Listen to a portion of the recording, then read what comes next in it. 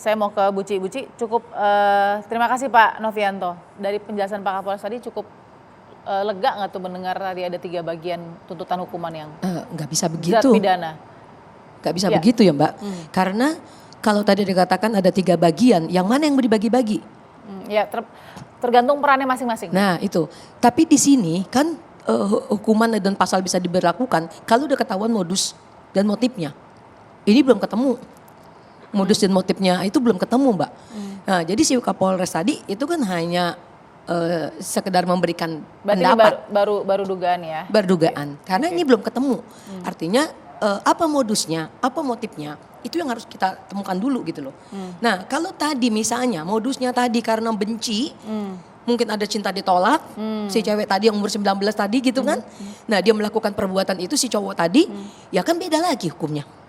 Nggak bisa dia memperlakukan itu. Tapi semuanya itu adalah tentang Undang-Undang Hukum Pidana dan Undang-Undang Hak Asasi Manusia. Nah tetapi dari modus-modus yang tadi, modus dan motif itu berbeda-beda. Kalau saya masih penasaran dikatakan tadi belum ketemu si pelakunya itu. Nah nggak mungkin. Karena pelaku itu pasti berada di suatu komunitas. Komunitas itu pasti sudah bisa diketahui oleh pihak kepolisian. Yang keras, yang santai, itu ketahuan. Saya kasih hak jawab ya oleh Pak Kapolres, silakan Pak bisa menanggapi Ibu Ci barusan. Yang mungkin masih penasaran, sepertinya pelaku itu ada sebenarnya, begitu. Dan sudah terjerat begitu. Bagaimana Pak? Silakan. Begini Mbak, Bu mohon izin. Jadi begini. Di antara 11 saksi itu, kami sudah menduga ada tersangka di dalam. Tentunya untuk menjadikan seorang itu tersangka, kami harus juga memenuhi unsur pasal sesuai dengan peristiwa dan fakta yang ada di lapangan. Dan ini harus hati-hati. Artinya kita harus ada namanya asas proporsional dalam penerapan pasal. Sehingga orang itu benar-benar dapat kita pidana sesuai dengan perbuatannya yang terjadi pada peristiwa pidana tersebut. Jadi kami memang sudah menduga, sudah ada beberapa nama di antara 11 orang itu. Namun kami harus hati-hati menerapkan unsur pasalnya. Dia akan diterapkan di pasal yang mana? Apakah dia kena undang-undang kekerasan dalam kekerasan seksual? Apakah dia kena di undang-undang ITE dan pornografi? Atau dia malah ketiga-tiga?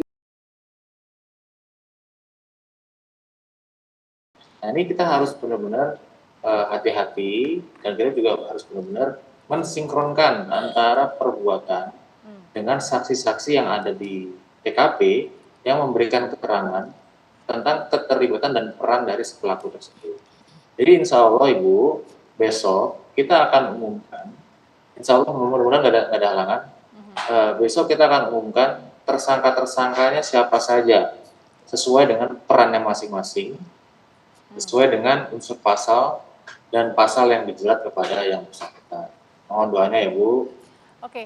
Pak Kapolres, apakah mereka yang berperan melakukan pembiaran karena berada di TKP tapi melakukan pembiaran juga masuk dalam bagian itu? Kita lihat isi pasal, klausul pasalnya. Kalau memang ada dalam pasal melihat tapi tidak melaporkan atau melihat tapi tidak mencegah, itu kita akan kenakan. Ya siapapun itu yang ada di TKP tentunya harus bertanggung jawab dengan perbuatannya. Kalaupun memang diatur dalam undang-undang yang ada. Kalau memang tidak diatur dalam undang-undang, ya mohon maaf kita juga harus proporsional bahwa mereka juga tidak dapat bertanggung jawab terhadap pidana. Baik Pak, masih sangat berharap besar untuk pengumumannya di besok hari ya. Ini menjadi jawaban dan nanti kita lihat bagaimana pasti ketegasan sangat serius dari kepolisian. Kita sangat perhatian Pak dengan kasus ini karena ini jauh sekali dari pusat kota begitu ya. Saya yakin butuh sekali dengan perhatian ini. Kita akan sambung lagi Perempuan Bicara sesaat lagi.